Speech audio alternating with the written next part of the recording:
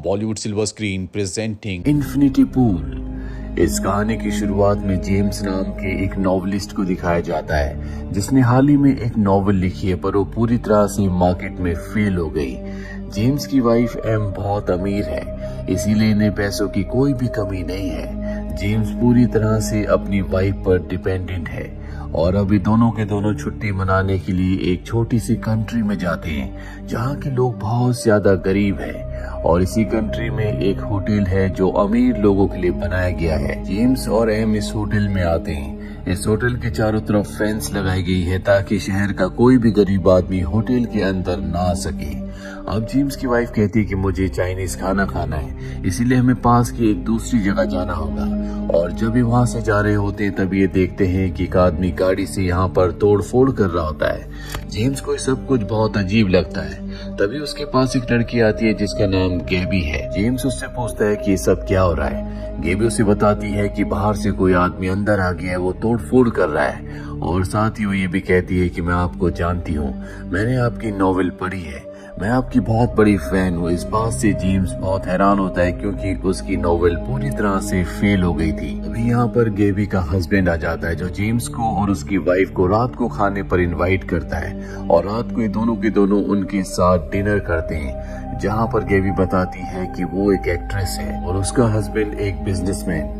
ये सब आपस में बातें करते हैं और अगली सुबह जेम्स अपनी वाइफ को बताता है कि आज हमें गेबी और उसके हस्बैंड के साथ बीच पर जाना है। लेकिन जेम्स की वाइफ मना कर देती है। वो कहती है कि बाहर बहुत खतरा है। जेम्स कहता है कि मैं तुम्हारा ध्यान रखूंगा, तुम्हें चिंता करने की कोई जरूरत नहीं है। और अभी दोनों के दोनों गेबी और उसके हस्बैंड के साथ होटल से निकलकर एक सफर तय करके बीच पर जाते हैं जो कि बहुत ही खूबसूरत होता है।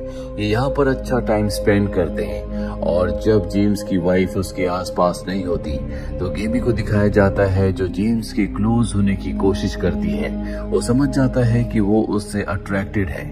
पूरा दिन इस जगह बिताने के बाद इस सब के सब बहुत ज्यादा ड्रंक हो जाते हैं, लेकिन जेम्स ने शराब नहीं पी होती इसीलिए गाड़ी वो चलाता है। पर पूरा दिन मस्ती करने से उसकी आंख लग रही होती है, दरअसल उसे नींद आ रही है।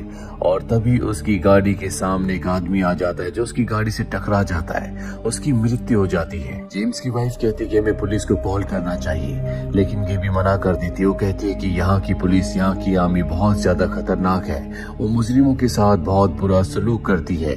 इसीलिए सब के सब बिना किसी को बताए होटल वापस आ जाते हैं। अगली सुबह होटल तक पुलिस पहुंच जाती है क्योंकि पुलिस को पता चल चुका होता है कि इन्हीं की गाड़ी से एक्सीडेंट हुआ था।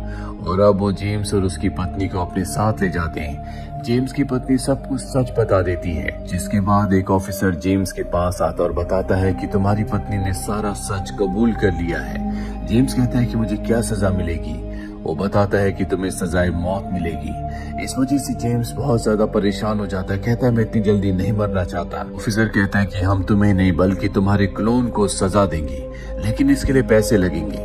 यहाँ पर हम क्लोन को सजा देते हैं जिससे असली इंसान बच जाता है। और अब जेम्स एटीएम से बहुत सारे पैसे लाकर उस ऑफिसर को दे देता है, जिसके बाद उसे एक लिक्विड के अंदर जाने के लिए कहा जाता है। और जब जेम्स को होश आता है तो उसके सामने उसकी वाइफ होती है जो जेम्स को बताती है कि तुम्हारा क्लोन बन चुका है। जिसके बाद ये जेम्स के क्लोन के पास जाते हैं जो हूबहू जेम्स की तरह होता है। जेम्स ये देखकर हैरान होता है कि हूबहू उसी की शक्ल का एक क्लोन बना दिया गया है।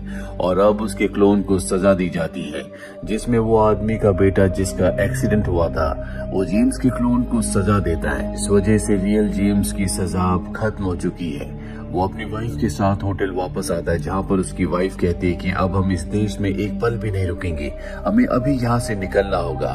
लेकिन जेम्स का पासपोर्ट नहीं मिलता और बिना पासपोर्ट के वो इस देश से, इस सिटी से नहीं निकल सकता। इसीलिए रिसेप्शन पर जाता और पूछता है कि आपके पास मेरा पासपोर्ट है। वो कहती है कि आपका पासपोर्ट हमारे पास नहीं है, लेकिन अगर आप चाहते हैं तो हम आपकी ट्रिप को एक हफ्ते और आगे बढ़ा सकते हैं। जेम्स इस बात के लिए अग्री हो जाता है। और अब जब वो वापस जा रहा होता है तभी उसके पास गेबी आती है। हालांकि वो गेबी से बात नहीं करना चाहता, लेकिन गेबी कहती है कि मैं तुमसे कुछ खास बात करना चाहती हूँ, तुम्हें कुछ बताना चाहती हूँ। जिसके बाद वो उसके साथ बैठ जाता है। गेबी उसे बताती है कि मेरे पति बिजनेसमैन हैं और उनकी कंपनी के 2 लोग मारे गए थे जिनका इल्जाम उनके सर पर आया और उन्हें सजाए मौत सुनाई गई।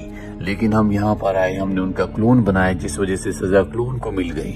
हमारी जैसे यहाँ पर और भी बहुत सारे लोग हैं। और इसके बाद गेबी जेम्स को अपने साथ ले जाती है, जहाँ पर एक ग्रुप बैठा होता है और ये सब के सब वो लोग हैं जो अपने पास्ट में कोई ना कोई क्राइम कर चुके हैं, लेकिन पैसे देने के बाद यहाँ की सरकार से क्लोन बनवाकर सजा क्लोन को दिलवा दी और ये सब के सब अब आजाद हैं। लेकिन लोगों को मारना अब इनका शौक बन चुका है और ये सब के सब प्लान बनाते हैं कि इस होटल के मालिक जो कि पहाड़ी पर रहता है उसे भी हमें सबक सिखाना चाहिए।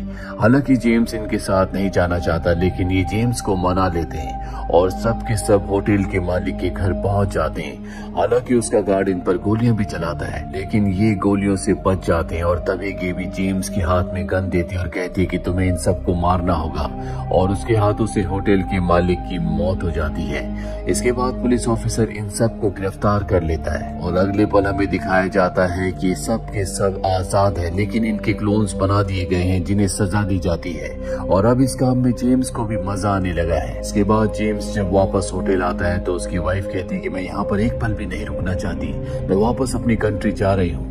जेम्स कहता है कि मैं यहीं पर रुकूंगा। उसकी वाइफ यहाँ से वापस अपनी कंट्री चली जाती है और इसके बाद जेम्स गेबी के पास जाता है, उसे बताता है कि मेरी वाइफ वापस चली गई। गेबी कहती तुम चिंता मत करो, मैं तुम्हारे साथ हूँ। और वो जेम्स को अपने साथ एक कमरे में ले जाती है जहाँ पर वो एक जड़ी बूटी जलाती है, जिसका धुआं इनहेल करने के बाद जेम्स अपने आप को बहुत ही पावरफुल महसूस करता है। और अब ये सब के सब तय करते हैं कि ये पुलिस ऑफिसर को भी मारेंगे और ये पुलिस ऑफिसर को अगवा करके ले आते हैं। और जब ये उसे बुरी तरह से पीट रहे होते हैं तभी उसका मास्क हटाया जाता है। जेम्स देखता है कि ये पुलिस ऑफिसर नहीं बल्कि उसी का क्लोन है। वो अपने क्लोन को देखकर डर जाता है और समझ जाता है कि लोग बहुत ज्यादा खतरनाक हैं, ये उसे कभी भी नुकसान पहुंचा सकते हैं। इसीलिए वॉशरूम में जाकर अंदर से दरवाजा बंद कर लेता है। दरअसल जेम्स को पासपोर्ट मिल गया था और उसने अपने पासपोर्ट को यहीं पर छुपा रखा होता है। जेम्स अपना पासपोर्ट निकालता है और सीधा बाहर जाकर एक बस में बैठ जाता है जो एयरपोर्ट के लिए जा रही है। वो अब इस देश से निकलना चाहता है और जब वो एयरपोर्ट की तरफ जा रहा होता है तभी वो देखता है कि गेबी और उसके साथी गाड़ी में उसे चेस कर रहे हैं। गेबी उसे गन दिखाती है और कहती है कि तुम्हें नीचे उतरना होगा। और जब जेम्स नीचे नहीं उतरता तो गेबी और उसके साथी गाड़ी को बस के आगे रोक लेते हैं और ड्राइवर से कहते हैं कि हमें जेम्स चाहिए। जेम्स को बस से नीचे उतरना पड़ता है और अब ये अपनी कार्स के आगे जेम्स को चलने के लिए कहते हैं ताकि वो पैदल ही होटल तक पहुंचे। पर जेम्स को जब मौका मिलता है तो यहाँ से भागने की कोशिश करता है। गेबी उस पर गोली चलाती है जो उसके पैर पर लगती है, लेकिन जेम्स किसी तरह से भागने में कामयाब हो जाता है। पूरा दिन चलते चलते वो एक जगह पहुंचता है जहां पर उसे घर दिखता है। वहां पर दो लड़कियां भी होती हैं। जेम्स उन्हें देखते ही बेहोश हो जाता है और जब जेम्स को होश आता है तो देखता है कि वो उन लड़कियों के घर पर है। उन्होंने उसके पैर का इलाज किया है और जेम्स को यहाँ पर बहुत ज्यादा हेलुसिनेशंस हो रहे होते हैं, उसे अलग अलग विजन्स आ रहे होते हैं और वो समझ जाता है कि जल्दी उसे यहाँ से निकलना होगा क्योंकि गेबी और उसके साथी कभी भी यहाँ पर आ सकते हैं। और जब वो घर के बाहर जाता है तो देखता है कि गेबी और उसके साथी पहले से उसका इंतजार कर रहे हैं। और अब गेबी जेम्स से कहती है कि तुम्हारा सबसे बड़ा इम्तिहान तुम्हारे सामने है, तुम्हें अपने डुप्लीकेट से लड़ना होगा और अपने अस्तित्व को बचाना होगा। अपने अस्तित्व को बचाने के लिए तुम्हें उसे मारना होगा। हालांकि जेम्स ऐसा नहीं करना चाहता, लेकिन उसके पास कोई भी रास्ता नहीं है और जेम्स अपने ही डुप्लीकेट अपने क्लोन से लड़ता है और उसे मार देता है, जिसके बाद जेम्स बहुत रोता है। ये भी उसके पास आती है और उसे बच्चों की तरह चुप कराती है। अगले दिन इन सबको अपनी कंट्री यूएस वापस जाना होता है, इसीलिए जेम्स सुबह अपनी वाइफ को कॉल करता और बताता है कि मैंने जो भी किया उसके लिए मैं माफी मांगता हूँ, मैं जल्दी तुम्हारे पास वापस आ रहा हूँ। और अब ये सब के सब बस में बैठकर एयरपोर्ट की तरफ निकल पड़ते हैं, जहाँ पर ये आपस में बात कर रहे होते हैं कि इन छुट्टियों में इन सबको बहुत मजा आया और अगली छुट्टियों की प्लानिंग कर रहे होते हैं। ये सब अब एयरपोर्ट पर पहुंच जाते हैं, जहाँ सब आगे बढ़ जाते हैं ताकि वो अपनी कंट्री वापस चले जाए। लेकिन जेम्स पीछे ही रुक जाता है, वो कुछ सोच रहा होता है और इसके बाद हमें दिखाया जाता है कि जेम्स वापस होटल आ चुका है, जहाँ पर वो बारिश में अकेला बैठा हुआ है। उसके चेहरे पर कोई भी एक्सप्रेशन नहीं होता।